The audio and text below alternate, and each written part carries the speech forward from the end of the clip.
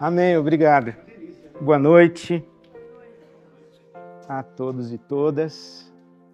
Prazer imenso estar aqui com vocês, recebê-los nessa casa para a nossa primeira conversa, de 2026. Um ano que está com cara de que também não vai terminar. E acredito que nós começamos essa primeira conversa de um jeito muito especial, apontando um rumo, apontando um caminho de que tipo de conversas nós queremos ter, que tipo de conversas nós queremos promover, falar sobre a Revolução de Jesus num Brasil em convulsão, né? E hoje, com muita honra, meu amigo Henrique Vieira, receber você aqui.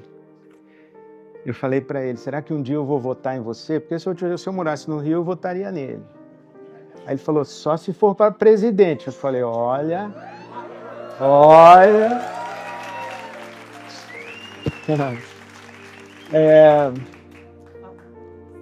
Sabe que na nossa democracia representativa, a gente escolhe os nossos deputados, a gente escolhe aqueles que estarão nas instâncias legislativas, por exemplo, pensando, bom, eu vou escolher alguém que votaria mais ou menos como eu votaria, alguém que me representa lá.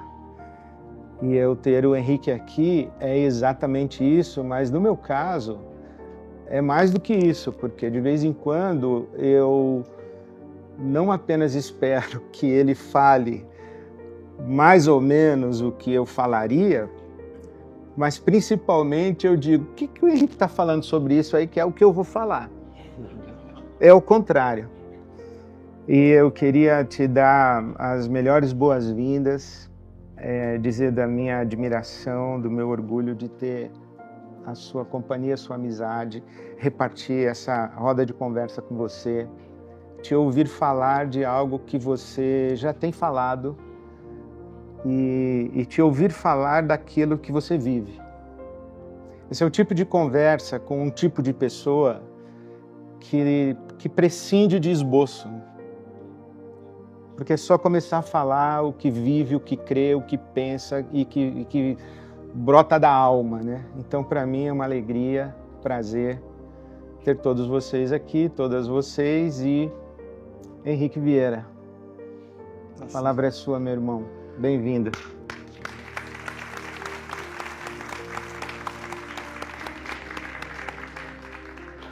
Muito obrigado, Ed, querido. Um prazer estar com você aqui e partilhar com você de uma caminhada comum, de uma amizade que temos construído e cultivado. Também um prazer estar com todos e todas aqui presentes. E esse carinho é muito parecido com o que eu recebo na Comissão de Segurança Pública lá.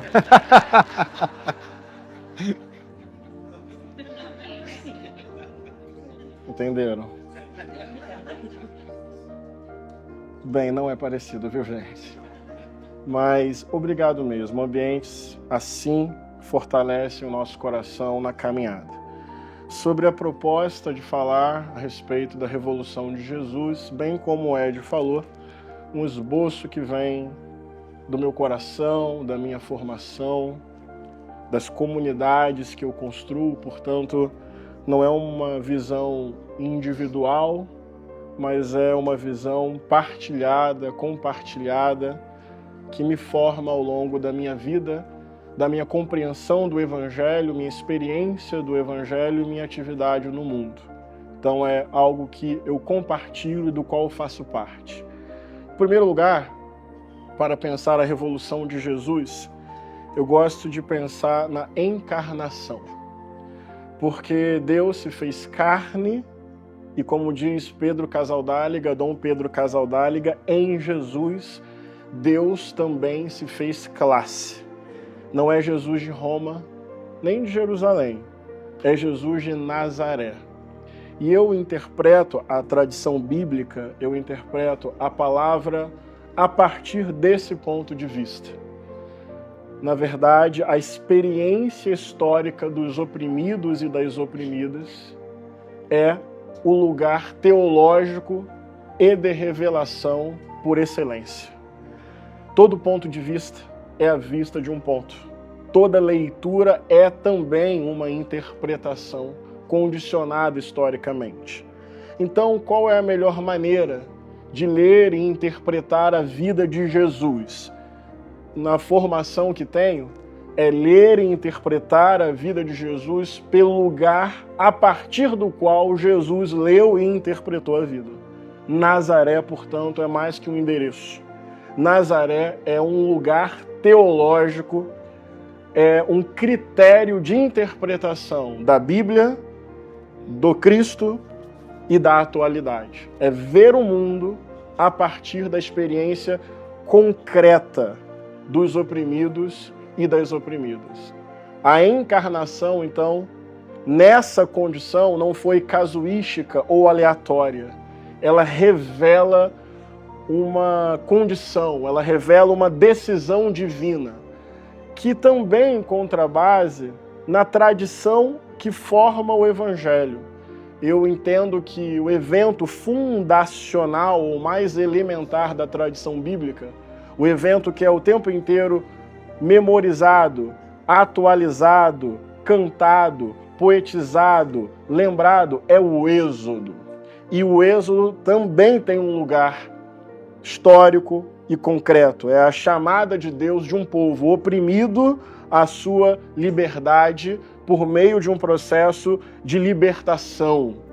E tem uma memória profética. Lembra de onde você veio, lembra a sua condição, lembra que você já foi estrangeiro, lembra que você já foi escravizado. Portanto, o Êxodo não foi também um evento circunstancial, ele também é um critério permanente. Fomos chamados à liberdade para fazer da liberdade um critério de comunidade. Fomos chamados à justiça para fazer da justiça um critério de comunidade. Fomos chamados a romper com cadeias de opressão para que a não opressão seja um critério permanente de comunidade. Portanto, diante da tradição bíblica, eu vou sempre interpretá-la à luz do Êxodo e de Nazaré. Texto sem contexto é pretexto para qualquer coisa. E todo ponto de vista é a vista de um ponto. E toda leitura é também uma interpretação. Então, o que fazer? Além de pedir o discernimento do Espírito, então o que fazer além de ler essa tradição em comunhão e comunidade? Ler essa tradição a partir de um critério que eu considero profundamente espiritual. Ler essa tradição a partir dos oprimidos e das oprimidas da terra, porque esse foi o lugar em que Deus colocou os seus pés para revelar a sua mensagem a nós a partir da perspectiva do Evangelho, que é a minha experiência do sagrado. Portanto, eu começo dizendo que a encarnação, do jeito que foi, no lugar que foi, com o corpo que foi, me diz que Deus se fez gente. E nesse lugar de toda a gente, fez-se oprimido. Casuisticamente, aleatoriamente, circunstancialmente, não, mas como condição permanente da sua revelação. Também nesse contexto, nascimento, pré-nascimento, as primeiras memórias ali do Evangelho, me chama a atenção o canto de Maria, uma mulher numa sociedade patriarcal, pobre numa sociedade hierarquizada econômica e socialmente, parte de um povo oprimido, moradora de um lugar estigmatizado social e culturalmente. É muito revolucionário pensar que o anjo, o mensageiro de Deus, foi lá, na periferia da periferia, dos corpos oprimidos e estigmatizados, bem dizer uma mulher, sem pedir autorização a José, quebrando um protocolo patriarcal da época. Essa mulher, então, encantada com a possibilidade, o convite, o chamamento para gestar no seu útero, gestar no seu ventre, gestar no seu corpo a libertação, ela canta o canto de Maria. E no canto de Maria ela fala algumas coisas, como bendito seja Deus que lembrou de mim, eu vou ser lembrada para sempre, teve misericórdia do seu povo, santo é o seu nome, agiu com seu braço valoroso, dispersando no coração os soberbos.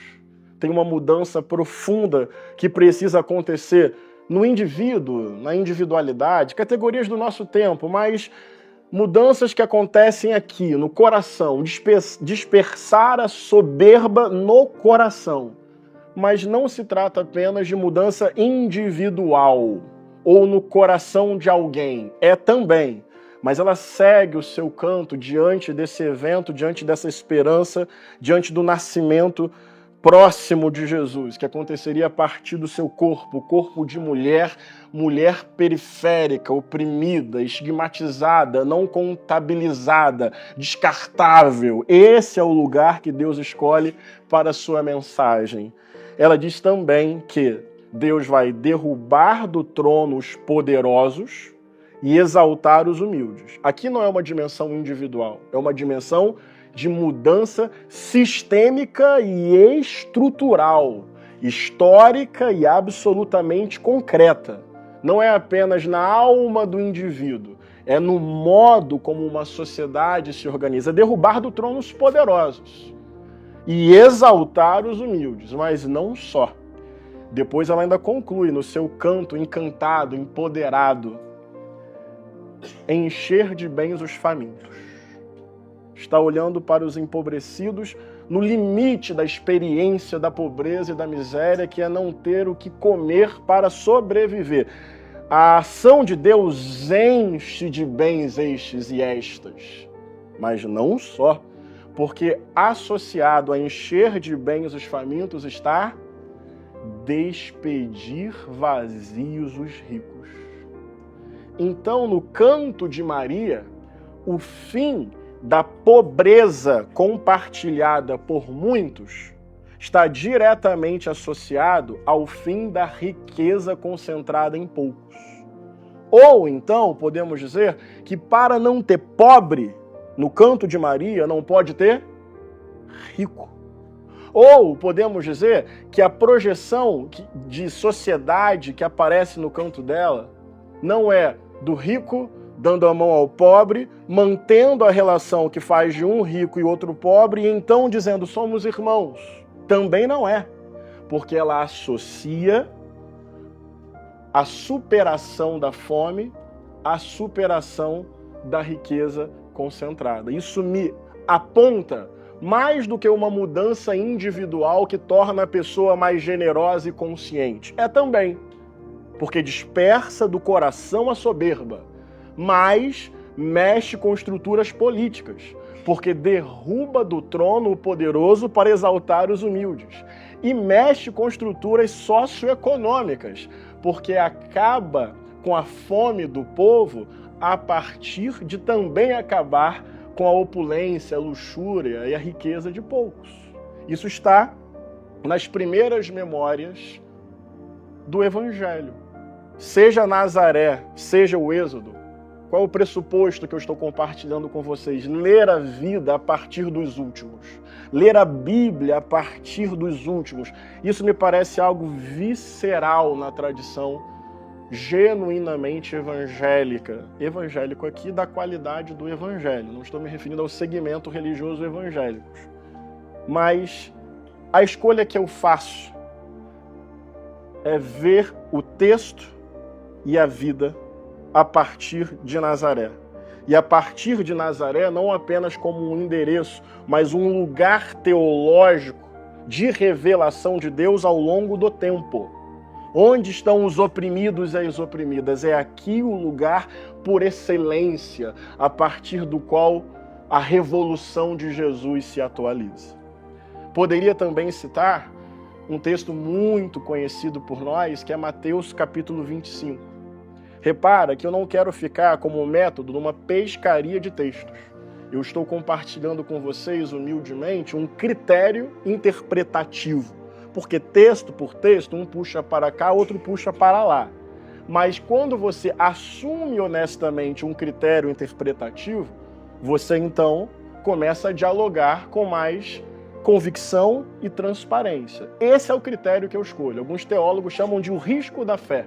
James Cone, ele fala o risco da fé. Qual é o risco da fé? Assumir sua responsabilidade e interpretar o seu tempo, a sua história, e o seu texto, e a sua tradição, e assumir. É assim que eu leio, é assim que eu vivo, é assim que eu experimento. É a minha aposta coletiva, comunitária, espiritual. Já que eu não sou dono da verdade, não falo em nome de Deus, assumo com integridade o risco de interpretar. Aliás, é o fundamentalismo religioso que não assume que toda leitura é uma interpretação, reivindicando para si uma verdade absoluta, supra-histórica, universal, estática, que uma vez questionada produz o herege. Não é o meu método. Não estou aqui com a procuração de Deus. Estou aqui a partir de uma tradição, lendo a Bíblia a partir de um critério, assumindo qual é o critério e dizendo por que dentro da comunidade que me forma é o critério mais confiável para atualizar em todo o tempo a revolução de Jesus. É olhar para o Brasil de hoje a partir do samba-enredo da Estação Primeira de Mangueira, quando diz Brasil chegou a vez de ouvir as Marias, Maíns, Marielles, Malês. É isso. É ver o meu tempo, ver o meu país e escolher ver essa realidade a partir da lente dos oprimidos. E por que isso, antes de ser de esquerda, é do Evangelho? Porque é Nazaré, porque é Êxodo, porque é Canto de Maria, porque é a comunidade de Jesus atualizada no tempo que vivo. E em Mateus 25 isso fica mais nítido ainda. Quando tive fome, sede, quando estava nu, quando estava preso, quando estava doente, quando era um forasteiro. Quais as imagens que, dentro dessa memória comunitária, primeiro oral, depois escrita, quais as imagens que Jesus escolheu para se identificar?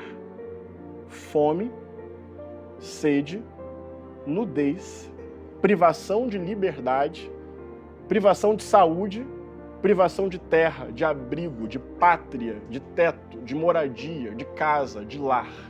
Ser um estrangeiro. São todas experiências sentidas e vividas no corpo. Não são etéreas, não são abstratas, não são meramente sentimentais. E todas fruto de determinadas estruturas que causam estas realidades. Tem uma estrutura que provoca fome, que é o limite da sobrevivência. Sede, mais ainda. A gente aguenta mais tempo sem comer do que sem beber água. Nudez, aqui, não tem a ver com moda, tem a ver com não ter o mínimo suficiente para se proteger. É o corpo completamente exposto ao sol, ao frio, ao vento, à tempestade, não tem como se defender. É uma nudez de sujeição à violência permanentemente. Como eu me protejo, como eu me visto. E aqui, especialmente, eu vejo, no país que eu vivo, no tempo que eu vivo, eu vejo Marias, Maíns, Marielles, Malês. Qual o corpo que não carrega a marca da cidadania? Qual o corpo o tempo inteiro exposto à culpabilidade, ao juízo, ao encarceramento, à letalidade policial, à expulsão dos lugares comuns? Como não ver esse corpo de Cristo na experiência negra? Como não ver esse corpo de Cristo na experiência das mulheres? Como não ver esse corpo de Cristo na experiência dos indígenas, dos quilombolas, dos ribeirinhos, das LGBTs, especialmente das pessoas trans? Como não ver?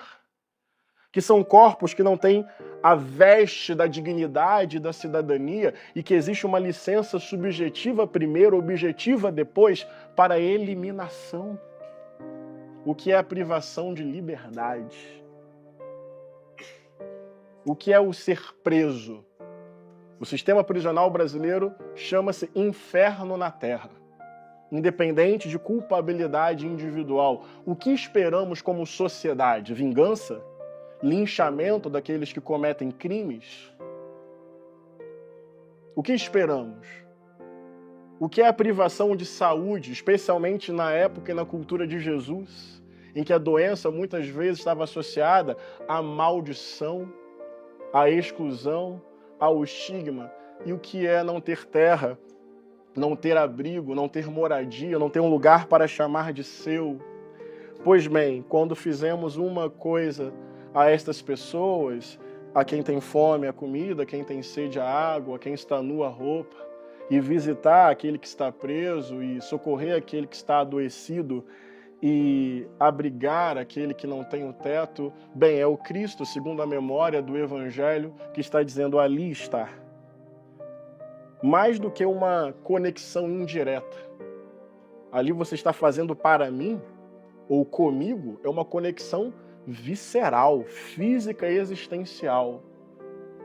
Portanto, o corpo de Cristo é também isso, ou estes, ou estas. E aqui é história, é contexto, é vida. Mais do que CNPJ eclesiástico, estrutura de templo. O que é um Brasil do Evangelho? É um Brasil evangélico? É olhar o censo do IBGE e ver se de um para o outro cresceu o número de evangélicos? Ou será que pensar com o risco da fé, assumindo o meu lugar, o país que eu vivo, no tempo que eu vivo, será que mais importante é saber se essa justiça está sendo promovida, se essa reparação está acontecendo, se estamos exaltando os humildes e destronando estruturas de opressão, se estamos partilhando os bens da terra, quebrando lógicas de privilégio para que o alimento seja partilhado e compartilhado. O que nós queremos? A expansão doutrinária e eclesiástica da nossa confissão, ou queremos a vida abundante, plena, compartilhada entre todas as pessoas sem distinção? E por que, se o Evangelho é derivado das periferias geográficas, políticas, culturais, econômicas e existenciais, porque se esse é o lugar teológico bíblico, por que nossas igrejas estão cada vez mais no trono, no lobby?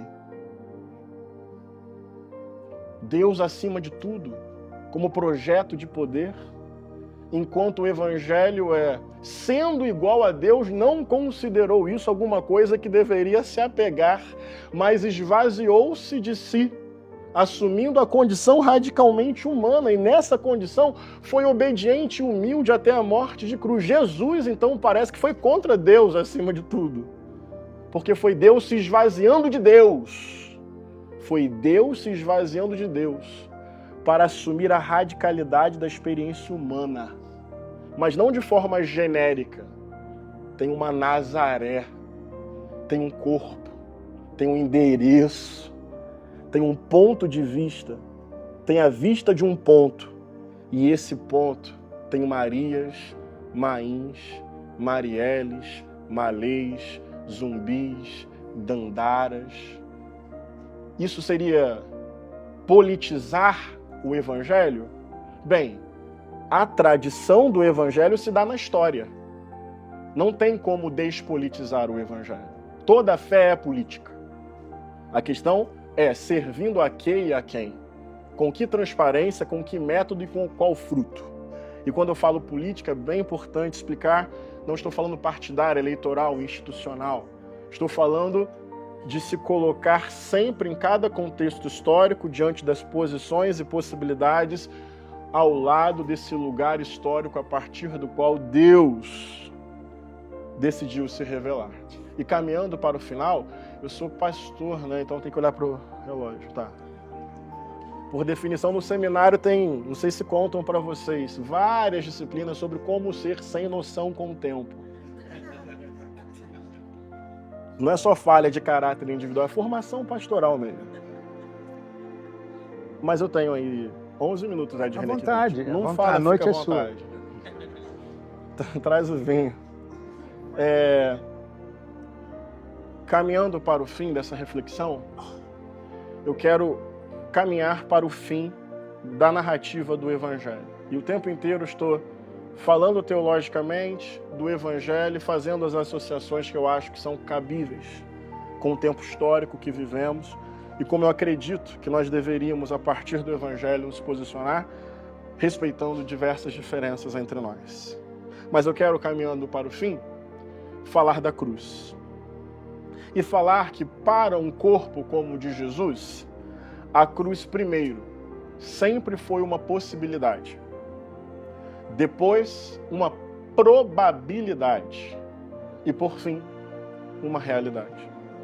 Mas um nazareno, do povo oprimido, que enfrentou a estrutura do templo, que caminhou com aquelas pessoas mais estigmatizadas, bem, para esse corpo, para essa origem étnico-racial, social e econômica, e para essa postura de vida que tira a centralidade do templo e coloca na comunhão, no 2 ou 3 reunidos, bem, para esse corpo, com essa cor, com essa marca, com essa origem e com esse conteúdo, a cruz sempre esteve ali. A cruz sempre foi um horizonte possível, depois provável e depois real. Mas eu quero muito chamar a atenção para os 2 primeiros, entende? Porque a cruz como realidade, e foi crucificado. Mas eu queria que a gente voltasse 2 pontos. Sempre esteve ali como possibilidade e sempre esteve ali como probabilidade. E isso fala desse lugar profético, contestatório, revolucionário do Evangelho e da tradição bíblica. Geralmente, estas vozes que carregam a misericórdia e a ira de Deus não são condecorados com medalhas, são apedrejados. Ah, Jerusalém, que apedreja os teus profetas. Jesus está olhando para o passado, mas ele sabe que a cruz está aqui. Porque é isso que se faz. Com vozes dissonantes que ousam falar a partir do lugar que o sistema ou os sistemas históricos insistem em criar. E diante disso, eu vou a João capítulo 13, quando na memória ali do Evangelho, esse é o Evangelho mais distante do evento Jesus, já parece um Jesus mais com jeito teológico, mas tem uma expressão que me chama muita atenção. Sabendo Jesus que era chegada a sua hora. Ou seja, do ponto de vista teológico, é como se ele dissesse, vou cumprir a minha missão. Mas do ponto de vista histórico, eu me permito interpretar assim, ferrou. As minhas postagens não estão mais viralizando. A multidão não está mais me acompanhando. Meu grupo dá sinais de fragmentação, talvez tenha boicote no meu pequeno grupo. O templo está cada vez mais furioso. Já me desloquei algumas vezes para salvar a minha própria vida e talvez não dê mais.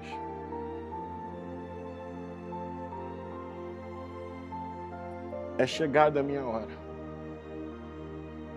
E diante da consciência disso,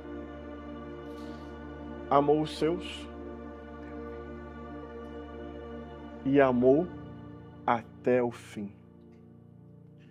Diante da proximidade do terror, a opção absolutamente revolucionária de radicalizar no amor. E fazer, Ed, o banquete, a ceia. Na nossa tradição, 2000 anos depois, a Eucaristia para os católicos, a ceia do Senhor para os protestantes, esse é um momento dentro da liturgia, dentro da missa, dentro do culto, dentro da igreja. Não tem nada a ver com essa época. Ali é mesa da comunhão. Estou certo? Também se eu tivesse errado, você não falaria na frente, gravando. Tem uma amizade a ser valorizada aqui. Mas não era, não tinha nem templo. É na casa, é mesa. É comunhão. Falei isso hoje à tarde com o Valtinho, num podcast que nós estávamos. diante do risco de uma morte absolutamente dolorosa, nada romântica ou gloriosa, Jesus chama a galera para uma mesa, me permita esse termo, carnavalesco. Vamos fazer uma folia aqui. Um auê. Um auê. Mas isso é muito bonito. Luiz Antônio Simas, um historiador da cidade mais bonita desse país, o Rio de Janeiro, não é bem aqui que se dá aplauso, né? Ele fala que o povo faz festa não porque a vida seja boa, mas porque ela é dura e difícil. Ou lembro de Dom Helder Câmara dizendo: brinca, meu povo. Tem uma frase linda dele sobre o carnaval como festa popular: brinca, meu povo. Não é alienação, não. É resistência. Isso não impede que eu diga: é bonita e é bonita.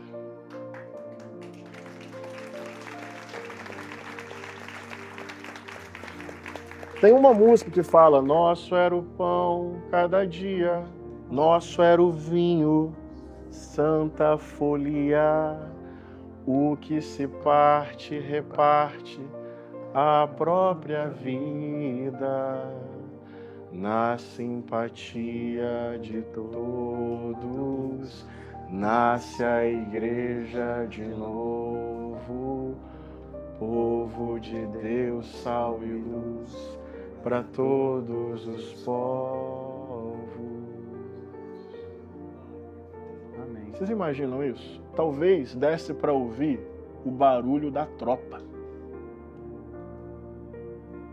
E a aposta de Jesus é numa santa folia. Façamos entre nós o nosso brinde à vida. E logo depois nessa narrativa, João 17, a oração de Jesus, tem uma parte que ele diz assim: Pai, estou indo para junto de ti. Eles vão ficar aqui.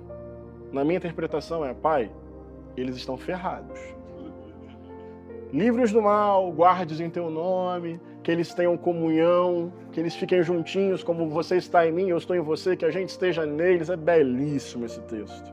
Mas tem uma parte no verso 13 que me pega muito, me emociona. Que Jesus fala assim: eu estou indo para junto de ti, mas estou dizendo estas coisas enquanto estou aqui. Minha leitura de novo. Não estou fazendo isso da glória, do extratempo. É como quem sabe o que esse negócio é. E sabe a partir da onde? Qual lugar por excelência? Nazaré. Mas sabe qual é o final desse trecho? Para que eles tenham a plenitude da minha alegria. Isso me sugere que o Jesus lá de Nazaré gostou de viver. E que ele pediu ao Pai que, apesar da maldade, da dureza, e a cruz de novo está ali, não tem alienação, mas tem algo assim: Pai, a parada é dura, estou te pedindo isso com a autoridade, não de divino, mas de humano, ou seja, eu sei que é bom e ruim, tem festa e tem solidão, tem nascimento e tem velório, tem alegria e tem tristeza, tem dia bom e dia mau, isso aqui é uma doideira. E eu estou indo para a cruz, mas que eles não percam a alegria que eu estou sentindo. E depois a cruz, de fato, se concretiza. E como diz Frei Beto, todo cristão é, no limite, discípulo de um prisioneiro político. Torturado. Não foi morte rápida. Foi morte lenta. Para dar ao rebelde tempo dele sofrer o suficiente com a consciência de que está sofrendo por quem é e pelo que fez. Demora mais do que degolar. É torturar. Esse é o Deus Emanuel. Se isso não diz algo para nós, mas tem uma tragédia fundacional na história do cristianismo como religião. que Jesus não viu, não projetou e não fundou. Jesus foi morto pelo Império Romano. 4 séculos após o evento da sua vida, a religião derivada dos primeiros movimentos derivados dele torna-se a religião oficial do Estado que o matou. Então, na maior parte do tempo, Jesus está sendo lido e interpretado a partir da lente que o considerou um escândalo, digno de morrer sob tortura. E quando se quer ler o Cristo, não pela lente de Roma, mas pela lente de Nazaré, isso aparece então como desvio, como heresia, como politização, ideologização, forçação de barra. Eu escrevi um livro chamado Jesus Negro, o grito antirracista da Bíblia, e sempre que eu falo que Jesus é negro, seja epidermicamente, teologicamente, culturalmente, existencialmente, sempre tem uma pergunta: da onde você tirou isso? E eu sempre me pergunto, por que essa pergunta não existe diante da imagem de um Jesus branco? Porque o Jesus branco não precisa ser provado. Só o negro, que é militância esquerdopata intra-eclesiástica. Isso foi um eufemismo, me chamam de coisas mais difíceis.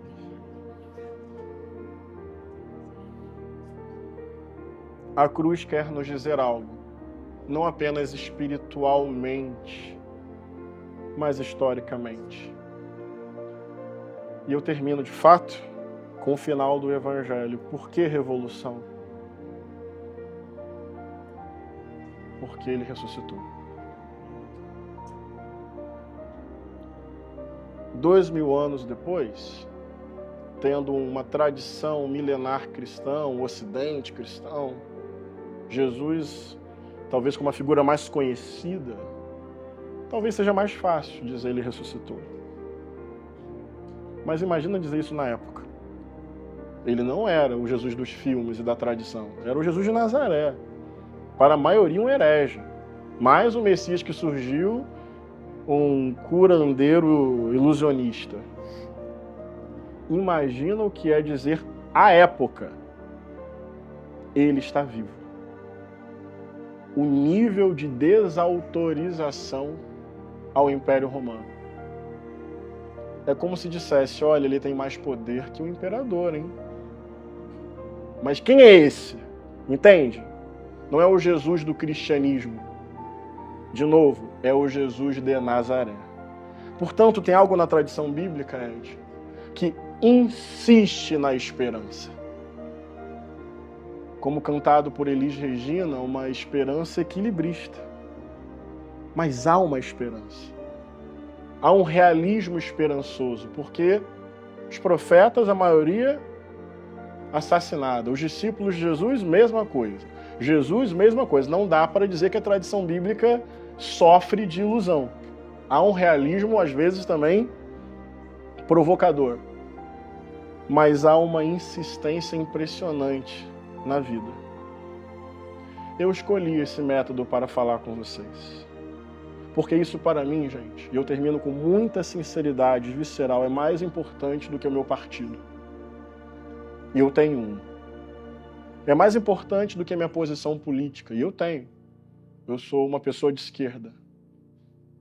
Mais ainda, eu sou anticapitalista. Mais ainda, eu sou um socialista afro-latino-americano. Podemos discutir tudo isso.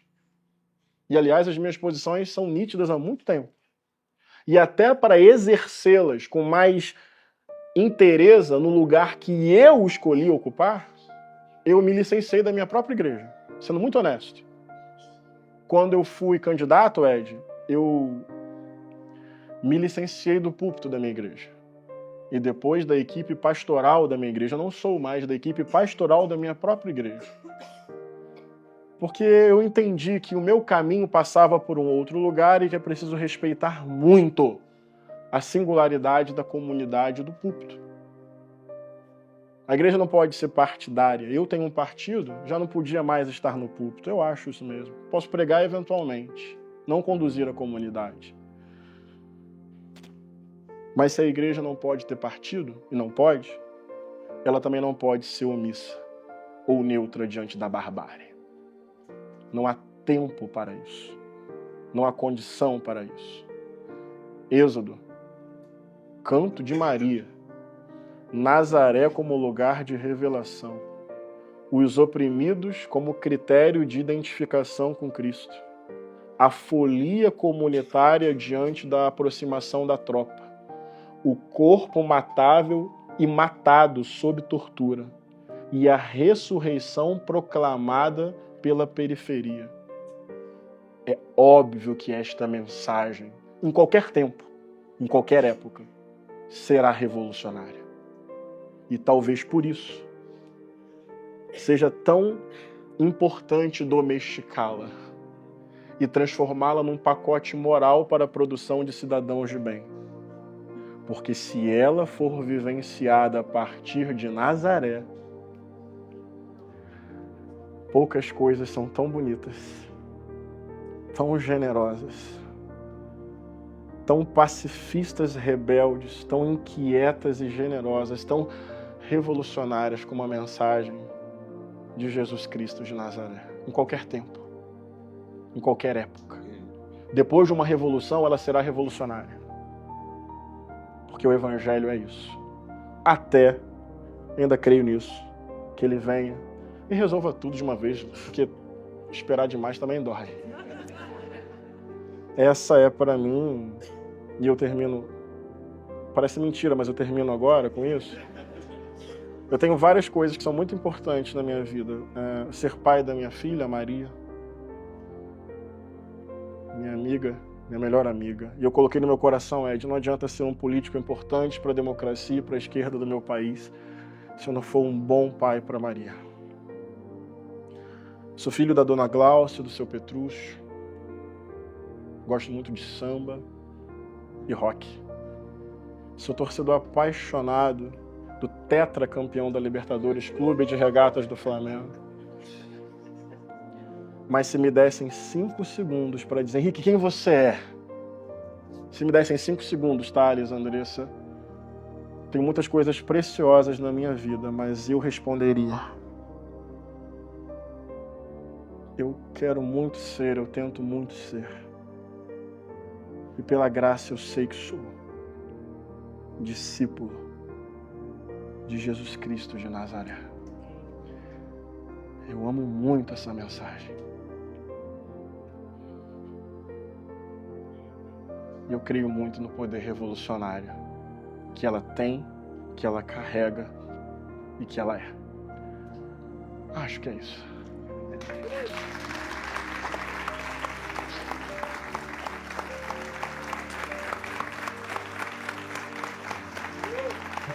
Obrigado.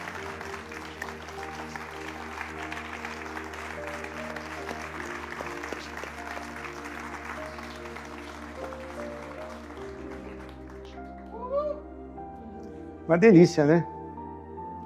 Uma delícia ouvir o Henrique. Uma delícia ouvir tudo isso.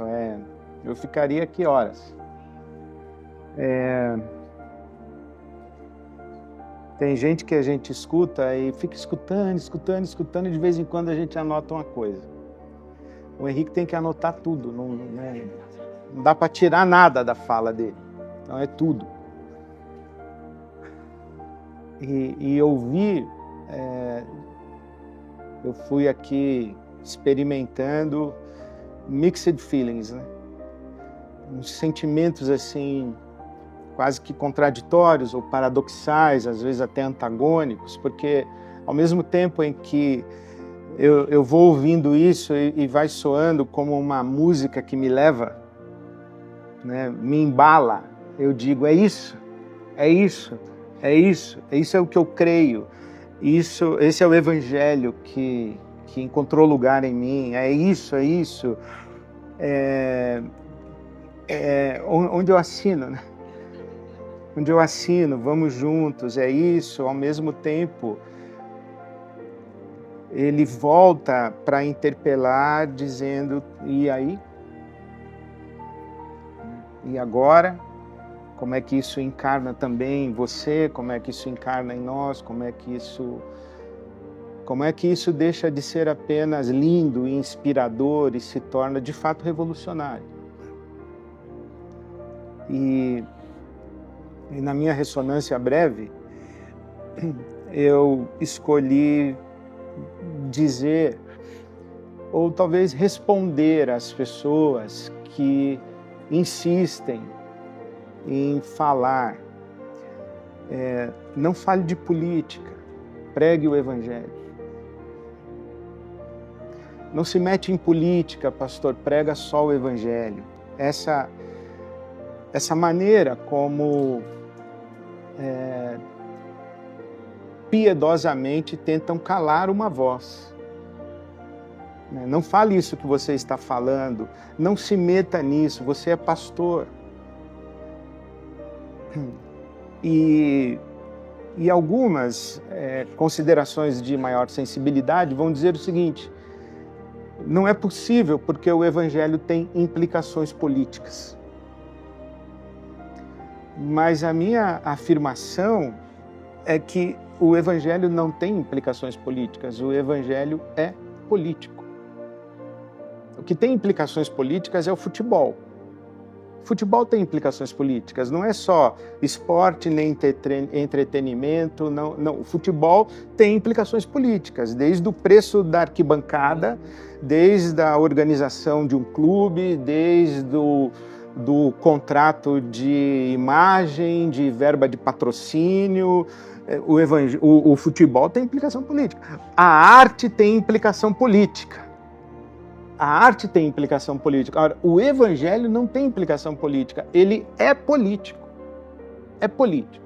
Porque se a gente pensar numa teoria política, que é uma teoria política diz quais são os valores que organizam uma sociedade, como essa sociedade se estrutura e como ela desenvolve as suas relações, como essa sociedade é governada. Então, isso é uma teoria política, por exemplo.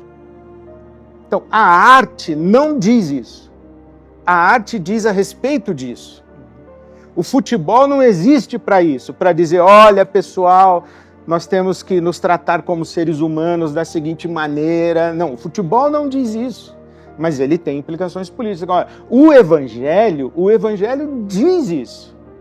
O Evangelho tem um conceito antropológico, ele olha para o ser humano e ele diz a respeito da criança, da mulher, do idoso, ele diz a respeito do nu, do estrangeiro, do encarcerado. O Evangelho diz, o Evangelho olha para o ser humano e ele tem uma compreensão do ser humano, qual o lugar desse ser humano na sociedade, como esses seres humanos em sociedade se relacionam, se organizam e como se governam. Quando Jesus diz assim, olha, quem quiser ser o primeiro, que seja o último. Quem quiser governar, que seja servo. Vocês não serão como aqueles que governam como dominadores, vocês serão servos. E isso é uma forma de dizer, olha, quando vocês pensarem em governo, vocês pensem dessa maneira aqui. Então, isso é político. Então, não é que tem implicações políticas, é a própria política. Então, quando Jesus diz, olha, a pirâmide está invertida, as prostitutas precedem vocês, religiosos, no reino de Deus. Quando diz, olha, quem quiser entrar no reino de Deus, que se faça como uma criança. Jesus vai, os últimos serão os primeiros. Quer dizer, Jesus inverte a estrutura da sociedade. E é político, isso é político. Agora, como o Henrique estava falando, o Evangelho, ele foi capturado pelo Império. E uma coisa muito interessante que tem ocupado o meu coração nos últimos tempos, aliás, queria fazer um parêntese, perdão, o nosso instituto chama Galileia, é por isso. Ótimo. Jesus era de Nazaré, é Galileu. Na nossa declaração, no nosso manifesto do Instituto Galileia, Jesus é Galileu. Jesus não estava na elite econômica, política, religiosa de Jerusalém, ele estava na Galileia. Então, isso é político. Esse é o Jesus de Nazaré que nós desconhecemos praticamente. Porque nós não falamos de Jesus, nós falamos do Cristo. Nós falamos do ressurreto, do exaltado, do glorificado. É o Cristo que nos livra do inferno e nos leva para o céu quando? Depois da nossa morte. Mas é o Jesus que nos interpela dessa maneira como nós fomos interpelados agora. Agora, de novo, o Evangelho veio e nos encharcou mais uma vez. Mas o Evangelho não é do Cristo exaltado. É o Evangelho do Jesus de Nazaré. E isso é profundamente político. E sabe que eu estava ouvindo o professor Fernando Haddad hoje, e ele estava dizendo e explicando Gramsci. Eu fiquei ouvindo essa aula e bebendo. Ele dizendo, olha, existe a classe dominante e existe a classe dirigente. Estava discutindo sobre China, se China é um novo tipo de capitalismo, se é um novo tipo de socialismo. Ele falou de classe dominante e classe dirigente. E disse assim, no Brasil não tem classe dirigente, só tem classe dominante. Porque a classe dirigente está no bolso da classe dominante. Com raríssimas exceções. Uma delas aqui. Mas a tragédia do Brasil, Henrique, eu acho que era o que faltava, mas agora se consolidou. Que a gente tem o capital, o poder político e o poder religioso. E eles se deram as mãos. E isso não é revolucionário. Uma igreja evangélica, como nós a conhecemos na sua face mais hegemônica no Brasil, que está ao lado do capital, igreja evangélica hoje está, não ela como um todo, mas a sua face social mais visível, ela está nas páginas dos jornais num escândalo, o maior escândalo econômico da história do nosso país. A gente tem uma teologia maldita, uma teologia coaching, uma teologia de prosperidade. A gente tem um incentivo à fé em Mamon. A gente tem bancada de representação no Congresso, em nome... Em meu nome, né? Porque eu sou evangélico. Triste conclusão.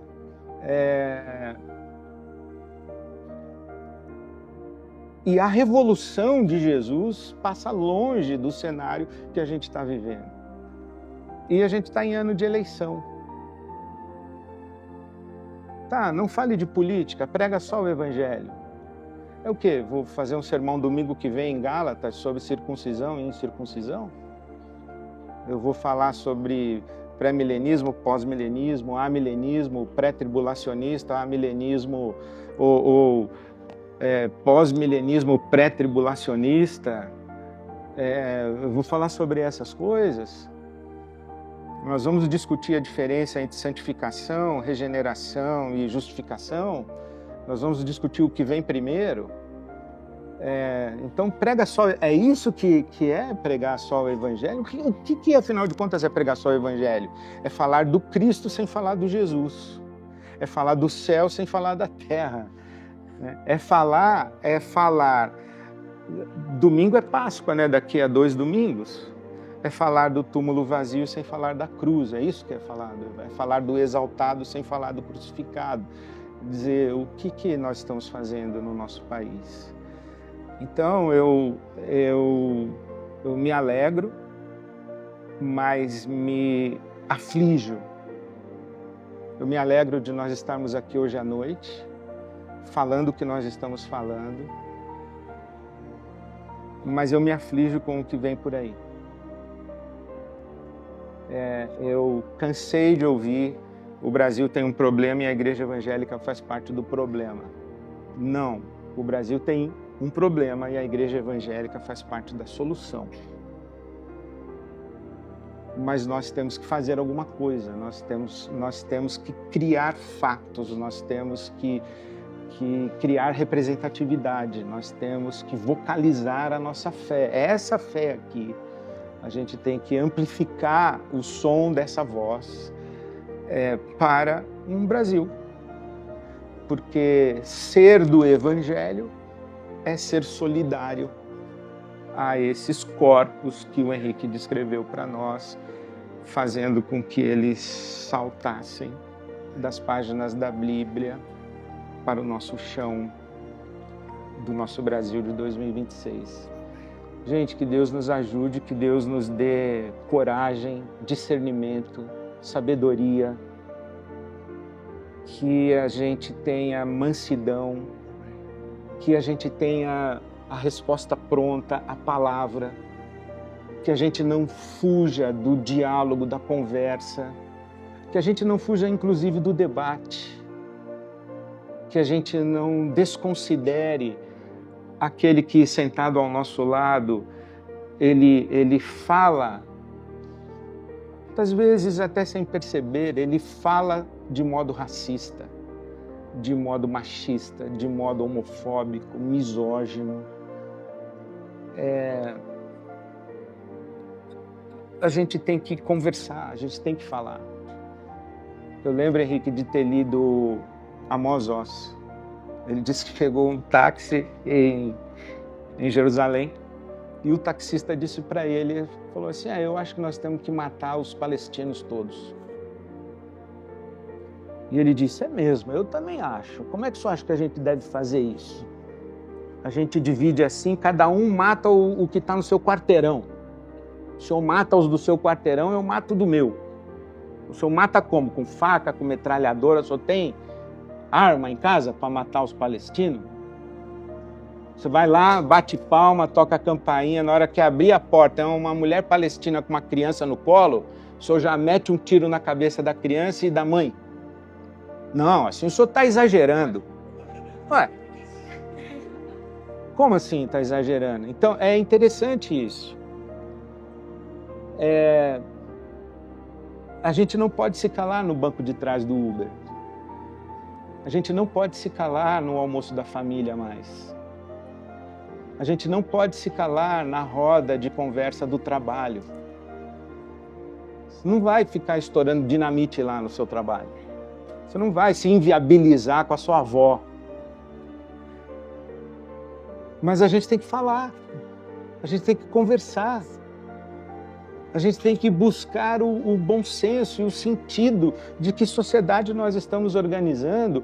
Ou o evangelho para nós é só uma teoria bonita que não tem nada a ver com política, portanto não tem nada a ver com a mulher que está morrendo ali na esquina. É bonito, é maravilhoso o Henrique, eu voto nele, ele que se vire lá na Comissão de Segurança Pública. Porque eu domingo vou pregar, Henrique, sobre circuncisão. E você, que Deus te abençoe. É um tema bem atual. Gente, era isso. O microfone vai rolar e você pode fazer uma pergunta. Se você ficar falando muito, eu vou te cortar.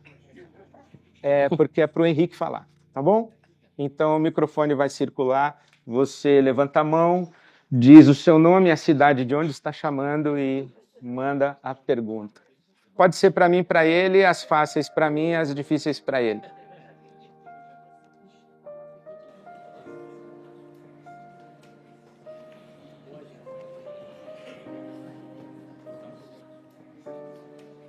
Ai, que endurecer, pero sem perder a ternura jamás. Eu ia falar exatamente isso, é uma vacila do Edson. Ping-pong? Acho que tá. As que eu souber, eu respondo. Essa aí, por exemplo, é contigo. Herbert, obrigado pela pergunta, pelo comentário, porque eu concordo, assim, com você. Bonito isso, né? A festa organiza a vida. É uma reflexão que eu fiz muito tempo com a comunidade do caminho, a igreja que eu participei, que eu participo, fiz parte da equipe pastoral. Porque nós remamos contra a maré. Então há um esforço teológico, bíblico, hermenêutico, exegético, para desconstruir uma teologia hegemônica e colocar a nossa voz no mundo e organizar a nossa comunidade, certo? Então há um esforço, porque o fluxo é um tanto quanto contrário àquilo que nós estamos compartilhando aqui. Quebrar esse fluxo, ir contra as ideias dominantes, pegando um pouco da perspectiva de Marx, as ideias dominantes de uma época são as ideias da classe dominante desta época, porque a classe dominante tem os meios de produção materiais, mas também tem os meios de produção do simbólico. Então ela cria a narrativa que justifica a sua própria condição. Quebrar isso dá trabalho. Político, pedagógico, no nosso caso, teológico, pastoral. Então acho que é aí que fica a questão que você coloca. Fazer tudo isso sem perder a ternura. Fazer por tudo isso sem perder o elemento lúdico, o elemento brincante da vida, o elemento da emoção. Em determinado momento da nossa caminhada, falando da caminhada da minha igreja, nós, olha que complexo, e acho que dialoga com o que você está falando, em algum lugar a emoção começou a ser alvo de muita reflexão. Por que estamos tão emotivos assim no culto? Como se a emoção em algum lugar tivesse flertando com aquele modelo teológico centrado no momento, no canto, esvaziado, de uma reflexão. Olha só onde já chegamos. Então, encontrar essa calibragem do empenho pedagógico, teológico, bíblico, pastoral, sem perder uma devocionalidade comunitária capaz de nos mover e nos tocar. Duas coisas me ajudaram muito nesse caminho: o teatro e a perspectiva negra africana. Primeiro, na minha formação, eu vou ressignificando a minha própria fé por leitura teológica.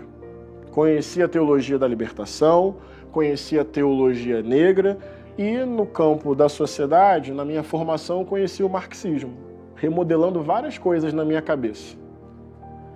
Mas o meu corpo, eu lembro que eu fiz um curso de palhaçaria. Vou responder isso muito rápido agora. Eu sou pastor político e palhaço, é muito difícil me explicar. PPP.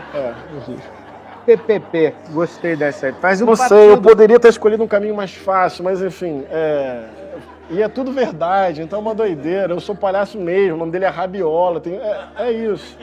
Eu fiz um curso de palhaço. Guarda isso, acho que vai responder essa pergunta. Às vezes é melhor só contar a história do que conceitos.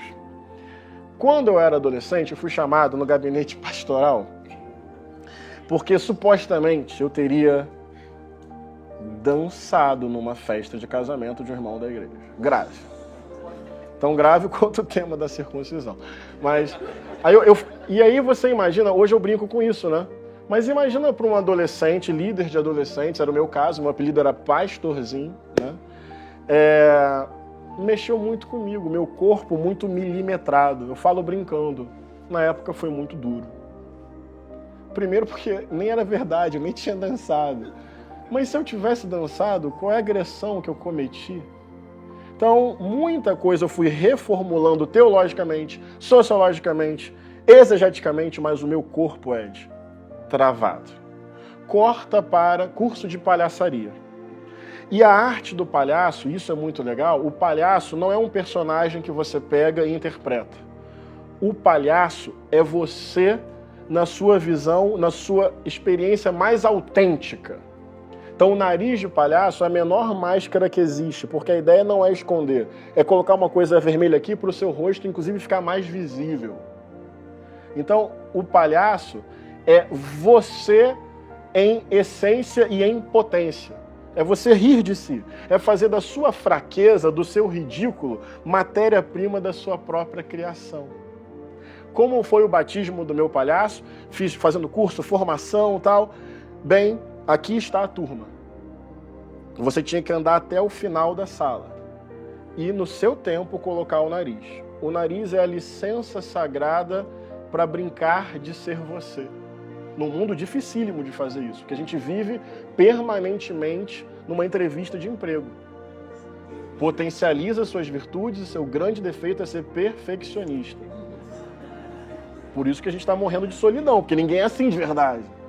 Mas aí você bota o nariz e você pode brincar. Virei para a turma. Quando você vira para a turma, já com o nariz, no estado da palhaçaria, qual é o roteiro que te deram? Professora Ieda Dantas, Palhaço Giramundo. Qual é o roteiro que ela deu para eu cumprir? Alguém chuta? Qual é o texto?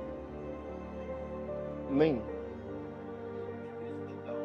Improviso total, tendo como parâmetro você. Tinha um ventilador no teto da sala, aquele que gira assim. Eu senti, sabe o quê? O vento. O que me deu vontade de fazer? Dançar. Já tinha mudado teologicamente, já tinha mudado sociologicamente. Eu precisei daquela experiência física para que aquilo que eu tinha entendido no intelecto, o meu corpo pudesse assimilar. Faltava uma festa para o conceito ganhar força. E agora que eu pensei, vento, ruá, espírito. Comecei a dançar, brincar com a turma. Você é como? Você é como uma pipa. Eu olhava, você é como uma rabiola. Quando alguém falou rabiola, que vai com o vento, os meus olhos fizeram assim. De tal forma que toda a construção do meu palhaço é baseada nisso. E o nome do meu palhaço é Rabiola. Ou seja, a palhaçaria, papo reto, me curou do fundamentalismo mais que a teologia. A teologia me deu o conceito. A palhaçaria me deu a festa.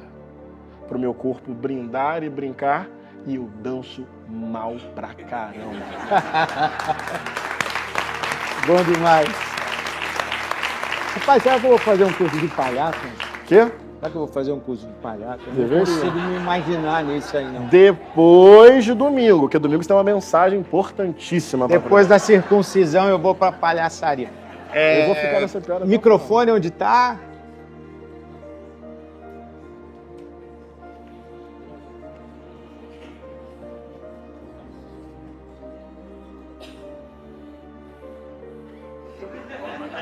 A outra pergunta, enquanto o Henrique pensa no que ele vai responder.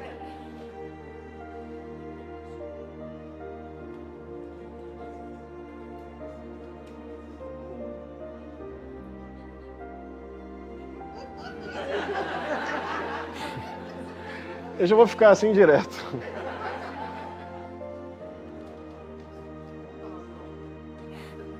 Olha, eu tô vendo na mão do Henrique um anel de Tucum, né? E esse anel tem um significado muito grande.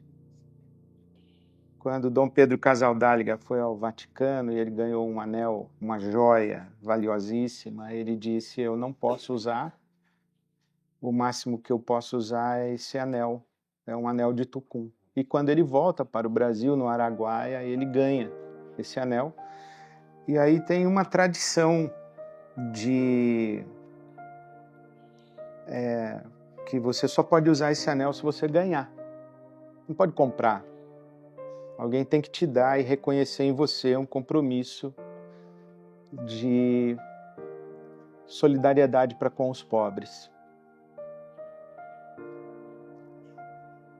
E eu ganhei 2 vezes, mas eu não tenho coragem de usar. Então, no meu caso, a primeira coisa que eu faço é reconhecer o meu lugar de privilégio. E nós temos que reconhecer o nosso lugar de privilégio na sociedade. A segunda coisa é que eu li Vivi Grieg servos entre os pobres. E lá ele disse uma coisa que hoje me consola, mas também me incomoda. Ele disse: todos nós que somos cristãos fomos chamados a servir aos pobres. Alguns de nós foram chamados para servir entre os pobres. Eu não fui chamado para servir entre os pobres, mas eu ouço o chamado de servir aos pobres. E nós precisamos construir comunidades orientadas para o serviço aos pobres. E não o pobre como esse que você está falando, como uma outra coisa lá distante, mas eu estou falando desse sim. Eu estou falando desse pobre que não pisa num lugar como esse, numa sexta-feira à noite. Eu estou falando do pobre que não marca consulta nem no SUS. Eu lembro quando eu assisti um programa desse noticiário de televisão, era dia de São Judas e uma mulher estava dizendo: eu agradeço a graça alcançada, consegui marcar uma consulta para minha filha daqui a 3 meses. Quer dizer, a graça alcançada não era nem a saúde, a cura, era marcar uma consulta. Eu estou falando desse pobre.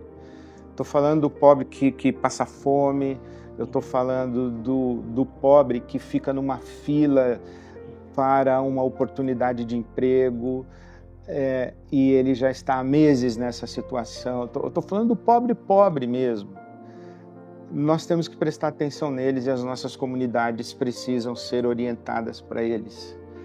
Nós precisamos incentivar políticas públicas de distribuição de renda. Nós temos que votar em taxação de rico e de super rico. Nós temos que prestar atenção nessa condição de pobreza e ter uma militância e uma atividade religiosa voltada para essa direção. Senão as nossas igrejas são clubes de ricos ou clubes de classe média, clubes de remediados, que não tem nada a ver com o Evangelho e não tem nada a ver com a revolução de Jesus. Então eu entendo que você fala, Valtinho, que o pobre não está lá, mas no Brasil ele está. Talvez seja um pouco diferente no Rio de Janeiro. No Brasil, a periferia, em São Paulo, a periferia ela é muito distinta. Existe uma polícia nos Jardins e existe uma polícia na periferia. Existe um posto de saúde nos Jardins e um posto... Aliás, o posto nos Jardins nem precisa de posto de saúde. Mas a nossa sociedade paulistana ela é extremamente segregada, com fronteiras muito definidas. E é possível eu ser pastor de uma igreja ou em uma igreja na Zona Oeste de São Paulo, morar em Perdizes e não me relacionar e não ter contato, não ver pobre. É possível isso daí. E a gente tem que prestar atenção nisso. A gente precisa ir um pouco além da generosidade, da bondade, de dar uma cesta básica. Isso é bom, é necessário, etc. Mas para a maioria das pessoas eu vejo gente rica dizendo que é legal porque manda pizza para o porteiro do prédio. Pelo amor de Deus. Não é disso que nós estamos falando de justiça e de solidariedade radical. E as nossas comunidades precisam ser orientadas nessa direção. É mais ou menos isso que eu consigo falar. Minha tristeza de ver essa igreja evangélica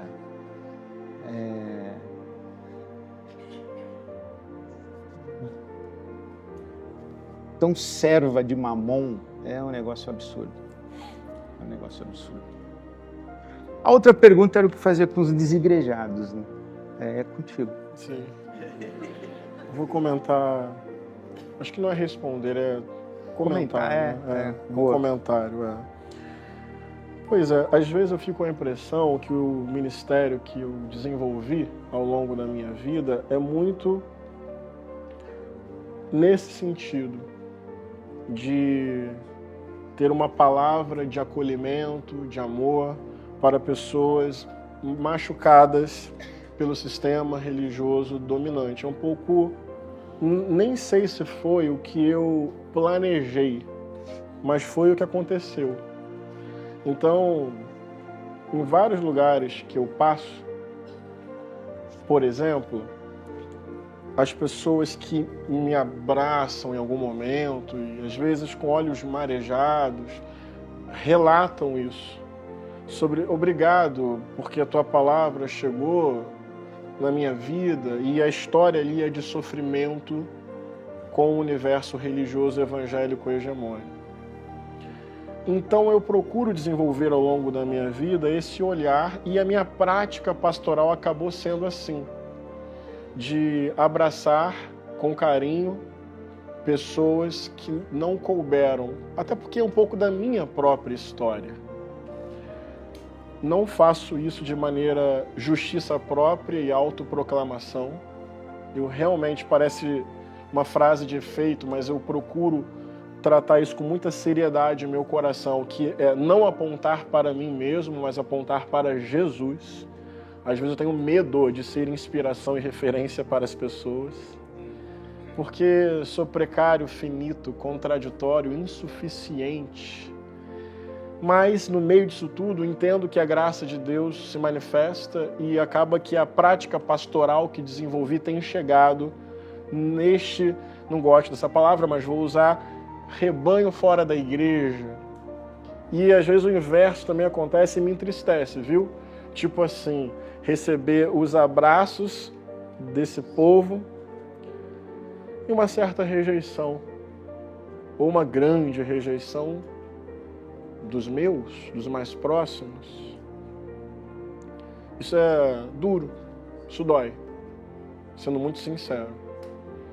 Mas acredito que nós precisamos pensar o corpo de Cristo para além, obviamente, da estrutura da igreja. Valorizar a comunhão, valorizar a congregação, mas entender que às vezes determinados ambientes tornaram-se irrespiráveis para algumas pessoas e elas precisaram seguir. E o reino de Deus é maior do que a igreja, do que os evangélicos. Então, ter uma palavra de acolhimento, ter uma palavra pastoral, compreender o reino para além da igreja e abraçar essas pessoas com humildade. Em parte, eu sou isso também. Muitas vezes, rejeitado pelos meus. Vou contar isso, acho que não tem nenhum problema. Às vezes, assim, entre os irmãos do axé, muitas vezes, assim, os abraços são apertadíssimos, calorosos e emocionados. E é muito comum entre irmãos de fé, até do campo progressista, as pessoas duvidarem que meu coração pertence a Jesus.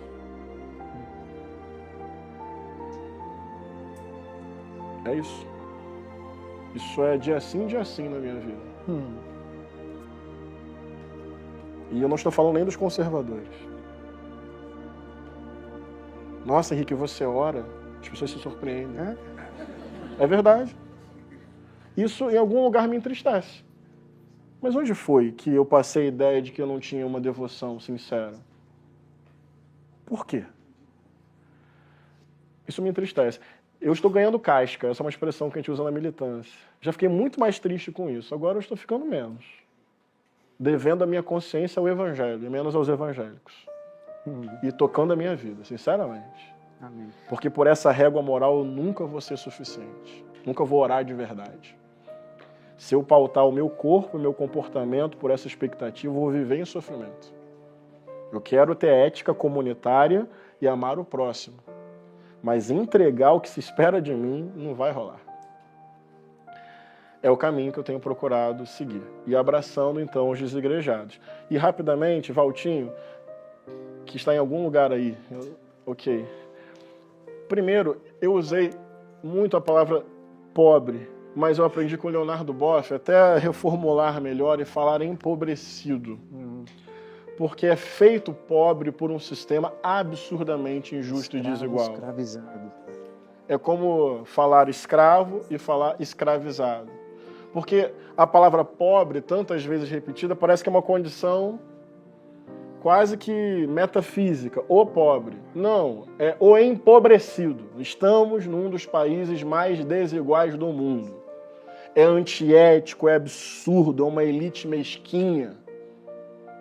Não só a elite religiosa, a elite econômica desse país tem mentalidade escravocrata e colonizadora.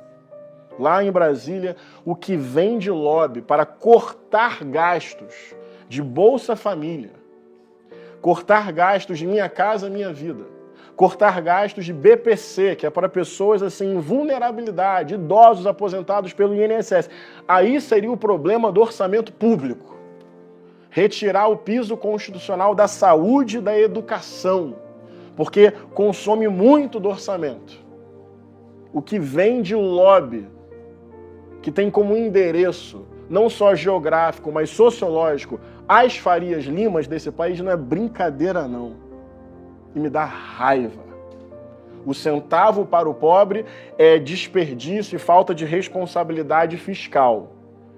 Mas o que tem no orçamento público para rolar dívida com os credores, e a maioria é banco, é impressionante.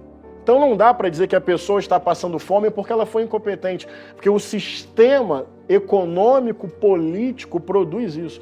O lobby das bets hoje é impressionante. O que já teve de quase a gente ampliar a taxação que existe hoje já foi difícil, qualquer outra ideia rapidamente tem uma reorganização no plenário. Esse é o país ainda dos latifundiários, dos banqueiros, da indústria da bala, dos super ricos, enquanto o povo luta para sobreviver numa escala 6x1, tratando como bênção uma consulta marcada para daqui a 3 meses. Então não é o pobre, é o empobrecido. É Canto de Maria. 2 coisas precisamos fazer humildemente. A cabeça pensa a partir de onde os pés pisam. Com humildade orgânica, é preciso orientar as nossas comunidades a uma vivência mais orgânica com o nosso povão. Vou colocar nesses termos. E não é de cima para baixo que eu vou fazer lá para ensinar.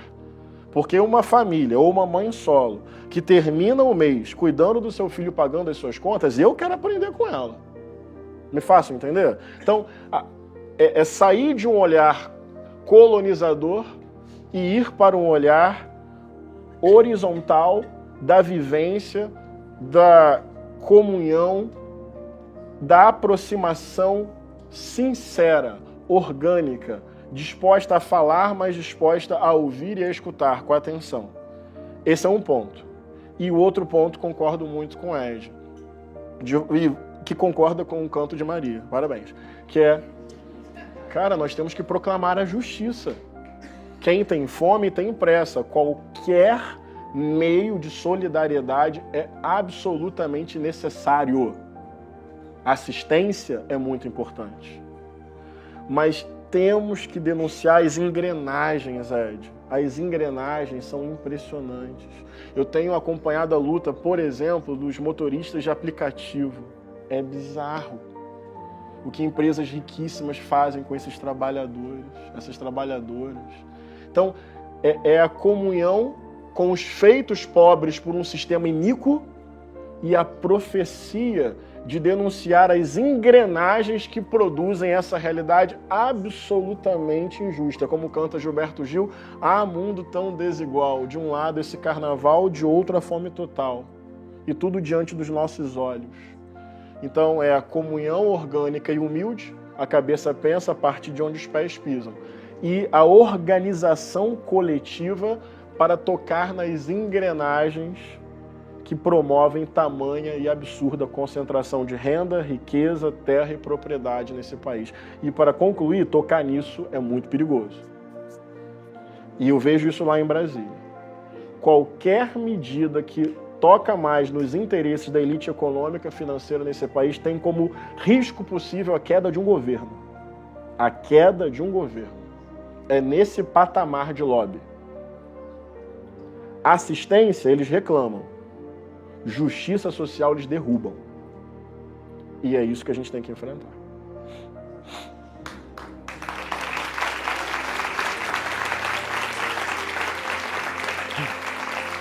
Poxa, foi a primeira vez que eu formulei assistência, eles reclamam, justiça... Anota isso, por favor.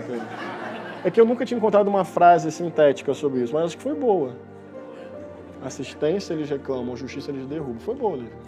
Boa. Não, isso é rap, tá? Assistência eles reclamam, justiça eles derrubam. Ah. Microfone.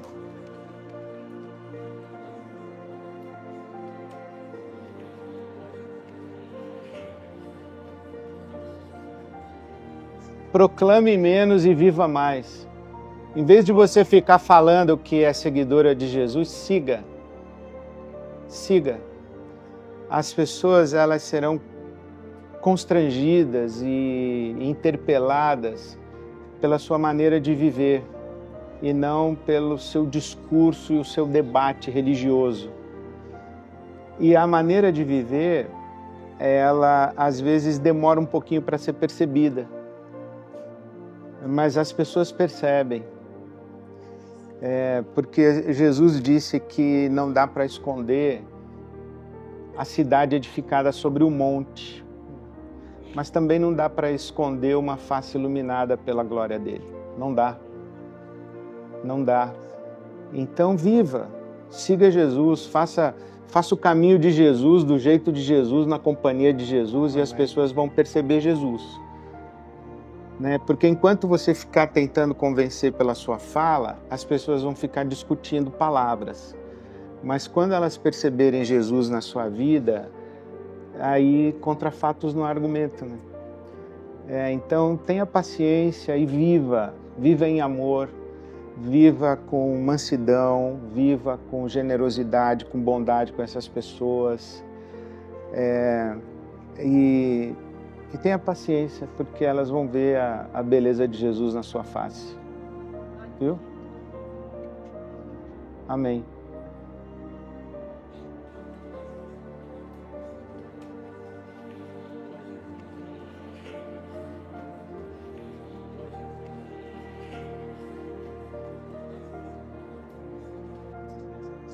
Eu vou responder porque eu faço questão que as últimas palavras sejam suas. Mas eu vou reagir, é Cíntia, né? Tanto a Denilson quanto a Cíntia, essa coisa do desigrejado, né? Que está pegando a gente. Primeiro, eu não acho que os reformadores eles sabiam que eles estavam reformando, como eu não acho que os profetas sabiam que estavam profetizando. E que os apóstolos sabiam que estavam apostolando. Eu acredito que Deus usa na história homens e mulheres que fazem o que a sua consciência lhes exige que seja feito nas circunstâncias que lhes são dadas. Então, exemplo. Não acho que o Martin Luther King um dia sentou na cama dele e falou assim, vou ser Martin Luther King. Não, ele viu uma coisa e reagiu. E ele viu outra coisa e reagiu. E a polícia chegou e ele reagiu. Como a consciência dele foi dizendo que ele deveria reagir. Por exemplo, Moisés não disse, vou ser Moisés. Não, ele viu uma briga e ele reagiu. Uhum. Davi não foi ao campo de batalha para se tornar rei, nem para matar o gigante. Ele foi lá e ele tinha um cara gritando, tem homem aí? Ele falou, tem, eu. Então, as pessoas que Deus usa são as pessoas que respondem à sua consciência interpelada pelo Espírito Santo nas circunstâncias que lhes são dadas. O tempo diz se elas vão virar Martin Lutero ou Martin Luther King. O tempo diz. Então eu acredito que sim, nós temos muitas consciências interpeladas, tentando dar respostas nos horizontes das suas possibilidades, e o tempo vai mostrar se nós estamos vivendo um outro tipo de avivamento, se nós estamos vivendo uma outra dimensão de reforma, não sei. Eu aprendi com meu amigo o pastor Ariovaldo Ramos que o Novo Testamento tem 3 igrejas. A igreja de Jesus, a igreja dos apóstolos e a igreja do Espírito Santo. A Igreja dos Apóstolos, ela é hierarquizada, estruturada, ela tem liturgia, ela tem código moral, tem disciplina, tem organização. E eu sou pastor em uma Igreja dos Apóstolos há quase 40 anos. Nessa Igreja dos Apóstolos, tem muita coisa que não tem nada a ver com o Evangelho, nem com Jesus e nem com o Espírito Santo. Mas tem muita coisa que tem. E que o Espírito Santo atravessa e faz acontecer. Mas tem a Igreja de Jesus, onde estiverem 2 ou 3 reunidos, ali eu estou. Por exemplo, a Igreja de Jesus está reunida aqui, porque onde estiverem 2 ou 3 reunidos em meu nome, eu ali estou. A Igreja de Jesus está aqui? Está. Ela vai se dispersar daqui a pouco. A Igreja dos Apóstolos não está aqui. Mas a Igreja de Jesus está. E o Espírito Santo fez coisas aqui e vai continuar fazendo depois que a gente for embora. Então, Cíntia, eu acho que, às vezes, a pergunta, o que vamos fazer com os desigrejados? Vamos criar outras igrejas dos apóstolos para os desigrejados? E eu não acho que essa é a resposta. A resposta é que nós que somos de Jesus, reconheçamos quando a Igreja de Jesus se forma e se dispersa. Pode ser com os irmãos do Axé, ela se formou, o abraço foi apertado e ela dispersou. Pode ser numa mesa, na sua casa, com 4, 3 amigas tomando um café, formou, dispersou. Pode ser num grupo de WhatsApp, forma, se falam, vão falar de novo daqui a uma semana. Pode ser numa sexta-feira à noite, numa sala de teatro, pode ser em um monte de lugar. Se a gente tiver olhos e sensibilidade para dizer a Igreja de Jesus acabou de se reunir, e abertura de coração para que o Espírito Santo de Deus pode fazer quando ela está reunida, quando ela se dispersa, amém. Porque daqui a 10 minutos ela se forma de novo num saguão de aeroporto, enquanto o Henrique estiver esperando o próximo voo. 4 pessoas vão chegar. Sabe que hoje eu estava andando no shopping center e veio um rapaz e disse, posso orar pelo senhor? Eu nem falei que era pastor, eu quis logo receber a oração logo. Falei, pode, irmão. Aí depois eu quis me vender um livro lá, mas eu não achei legal essa parte. Mas ele orou por mim. Reuniu, foi embora. Então a gente tem que ter esse coração. Reuniu, o Espírito de Deus fez, a gente vai. E a Igreja dos Apóstolos, enquanto a gente consegue viver dentro dela, ótimo. Se às vezes não dá, a gente fica triste, mas ela está aí. E o Espírito de Deus faz muita coisa através dela. Graças a Deus. Eu falo isso com muita tranquilidade porque eu estou há 40 anos sendo um pastor dentro de uma Igreja dos Apóstolos. Mas ultimamente eu tenho prestado muita atenção na Igreja de Jesus que se reúne, se dispersa. Tem feito muita diferença. Henrique,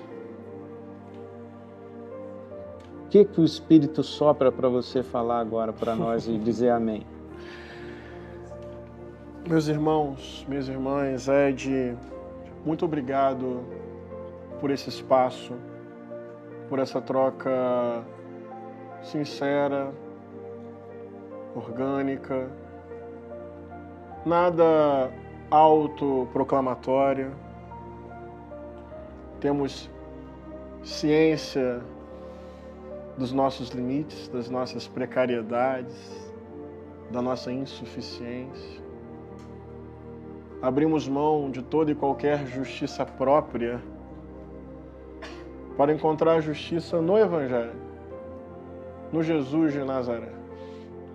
E como o Ed aqui provocou, é Jesus de Nazaré que nos revela o Cristo, e não o inverso. Não é Cristo que revela Jesus. É Jesus que revela Cristo. Então, essa Nazaré, que seja uma convicção espiritual em nossas vidas. Que seja uma opção cotidiana. Que seja uma prática de vida. Que encontrará contradições. Que será insuficiente. Mas que seja a nossa perseverança. Que seja a nossa aposta de vida em tempos difíceis. Todo tempo, no fundo, é difícil. Mas eu devo reconhecer que são tempos difíceis. Mais difíceis ainda, no mundo. E que exigem de nós posição e coragem. Coragem. Tem ônus e bônus. E talvez não seja sobre vencer, mas seja sobre lealdade ao Evangelho. Pedro Casaldáliga diz que nós somos militantes de batalhas que perdemos, muitas vezes, mas de causas invencíveis. Olha que profundo. E são causas invencíveis pela natureza delas, pelo amor que elas carregam. E tem um detalhe aqui. São causas invencíveis que nos tornam incapazes de tirar a vida de alguém em nome delas. Se assim fosse, seria fanatismo. Mas são causas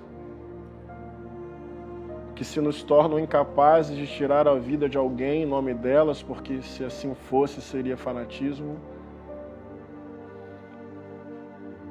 Elas podem nos levar a dar a vida por elas. Isso é Evangelho. Tirar a vida, não. Amigos, eu tenho feito um esforço. Num lugar difícil, e eu não acho, só explicar bem o que eu vou dizer agora, eu não acho a minha condição romântica, gloriosa e dificílima. Eu enfrento lógicas complicadas no meu trabalho, de matadores a milicianos. Eu enfrento alguns beis ali, a bancada da Bíblia, a bancada da bala. E também a bancada do boi, agora das betes. Nossa, é impressionante. É tudo B, né? Anota essa também? Tudo série B. Tudo série B. É. E aí isso envolve algum risco? Vai, envolve mesmo. Mas, sinceramente, não é mais arriscado do que o nosso povo sofre no dia a dia, não, Ed. Quando eu chego no Rio, por recomendação de inteligência, eu ando de carro blindado. Um carro que a Marielle não tinha.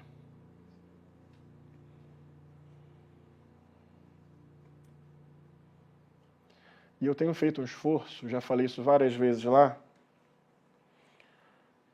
quando sou chamado de lixo humano, fui chamado recentemente. E eu procurei terminar minha fala citando a oração de São Francisco de Assis.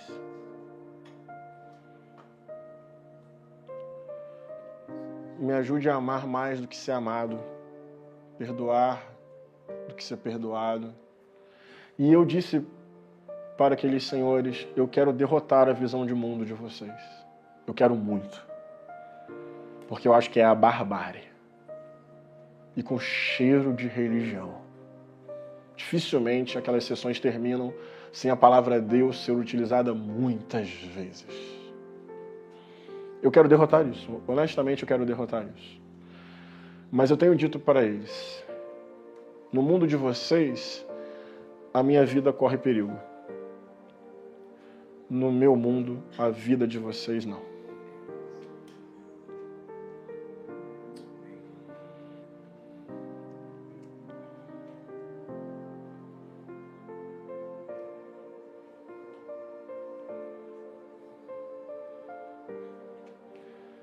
E não é tempo mais de dúvida sobre isso, pessoal. Nem de ser morno. É tempo de ser quente. batalhas que podemos perder, mas de causas invencíveis pelas quais vale não tirar a vida, mas dar a vida, doar a vida. Não estou falando nem de martírio, não. Estou falando de tempo, presença, comunhão, anunciação. Eu acho que precisamos dessa fervura espiritual. E eu quero dialogar. Aliás, tem um convite para vocês, muito curioso. Terça-feira, 9h30 da coloquem na Globo News um debate, Sóstenes Cavalcante e eu. Deus te abençoe, irmão. Tá E eu vou abençoado, tá debater, abençoado. eu vou debater. E para a raiva deles, de forma muito estranha, eu vou te falar, Andressa, Thales, como qualquer trabalho, são os meus amigos, assessores dirigentes. Anota aí. Como qualquer trabalho coletivo, o nosso mandato tem suas limitações. Mas eu vou falar, que às vezes nós negros também temos dificuldade de bem dizer aquilo que fazemos. Eu vou falar. Nós somos sal e luz. Eu sei o que estamos fazendo lá. E eu sei que nós estamos crescendo. E eles não entendem como. E entenderão cada vez menos.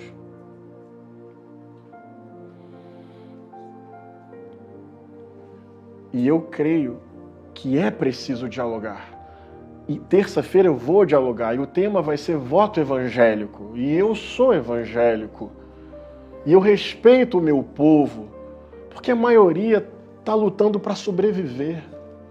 Honestamente, Ed, a minha palavra dura vai para as lideranças. É a minha escolha. Minha palavra dura vai para as lideranças. Em muitos lugares eu vejo hipocrisia, dissimulação, vendilhões do templo, corrompidos. Com o nosso povão, eu quero escutar, Andressa, eu quero dialogar, eu quero entender, eu quero conviver, eu quero construir caminhos. Mas tem um ponto também que eu estou muito convencido e acho que tem a ver com o que o Ed falou. Evangélico é uma categoria sociológica para falar de uma religião. É tudo isso, mas não é nada além disso. Eu sou evangélico por formação e dialogo com esse campo por tarefa, mas eu sou do evangelho. Me faço entender? Porque às vezes parece que nós estamos assim, fazendo uma ligação direta entre Jesus de Nazaré com o segmento religioso denominado evangélico que existe no Brasil nessa época. Não. Eu quero dialogar, é a minha formação. Mas eu também preciso trabalhar dentro de mim essa igreja de Jesus que é supra-evangélica e supra-cristã.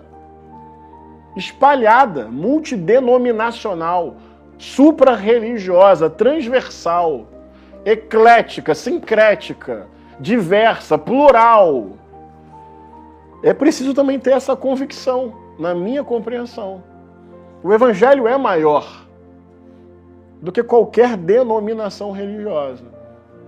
E assim, gostei muito e vou levar adiante essa igreja de Jesus que vem e que vai, e que está por aí espalhada, para além, inclusive, dessa categoria. Dito isso, tempos difíceis, a cruz é uma possibilidade. A ressurreição é o nosso destino. Amém. Amém. Tem uma música, eu termino com isso, meu caminho é de volta para casa. Minha terra é de paz, bem mais feliz quem caminha para lá. Sabe que as dores de agora se vão. Joga esse fardo pesado no chão e segue, com olhos que vêm, com olhos de quem vê além. No limite, o Jesus da periferia tem a palavra final mais do que o presidente atual dos Estados Unidos da América. A conjuntura pode ser difícil, mas eu creio, porque creio, que o nosso caminho é de volta para casa, nossa terra é de paz, bem mais feliz quem caminha para lá. Eu estou vendo um futuro, pessoal. Eu termino com o Martin Luther King, topo da montanha. Eu Ele avisto está a olhando. terra prometida. Eu avisto a terra prometida. E eu vou viver no presente, olhando para a Casa Branca, para a Faria Lima e para a Wall Street, dizendo, eu sei para onde a história vai. E eu sei que todo império opressor um dia se converterá às Nazarés, que são muito maiores do que a experiência evangélica brasileira. Está nela e está muito além dela. Então, assim, coragem, sem autoproclamação, abandono à justiça própria, pé no chão, comunhão com o povo, convicção espiritual e olhos de quem vê além. E no limite, não é sobre vencer agora, é só ser fiel até o fim por causas que não nos farão tirar a vida de ninguém, mas nos doarão ao mundo com humildade apontando para Jesus. Amém. E isso no limite é bem melhor. Amém. A riqueza que eles têm não dá a alegria que eu estou sentindo agora. Sigamos, meus irmãos e minhas irmãs. Amém.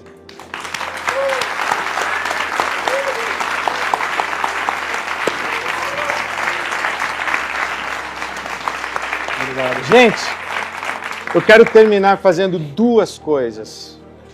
Quero terminar com uma oração e com uma bênção apostólica. Queria chamar o Levisão para vir aqui orar.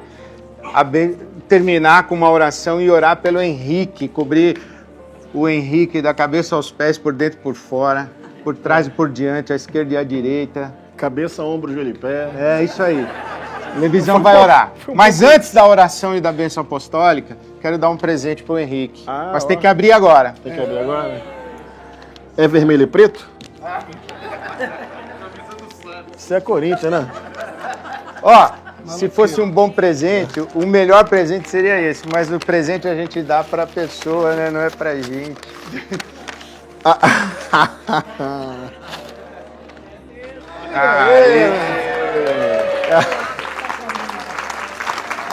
Caraca, eu não sabia, tá? Eu chutei assim, na fé. Se a Bíblia fosse escrita hoje, a profecia seria: todos estarão no reino, de vermelho e preto, aos pés do Cordeiro. Eu vou guardar. Ou você quer que ore pela camisa? Não, Tá ela ora por você. Vai. Isso aqui é muito lindo. Pô, no Rio faz mais sucesso essas coisas que eu falo do Flamengo. Levisão.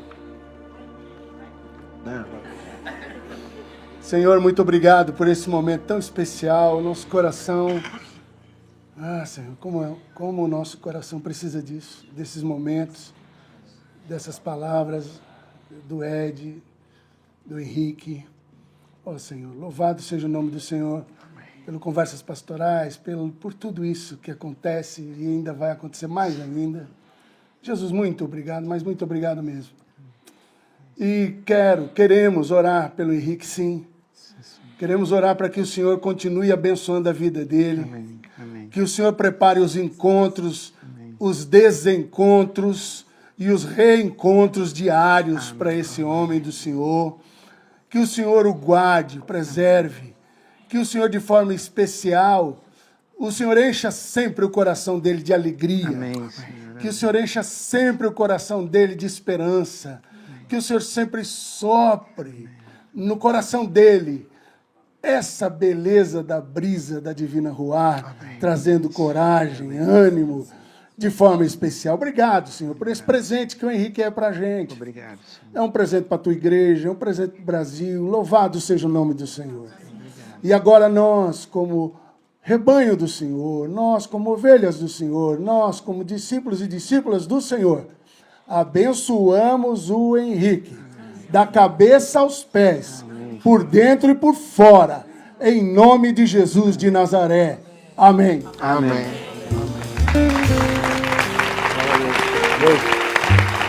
Obrigado, gente. Valeu, mano. Obrigado. Obrigado, Deus. Esse é o meu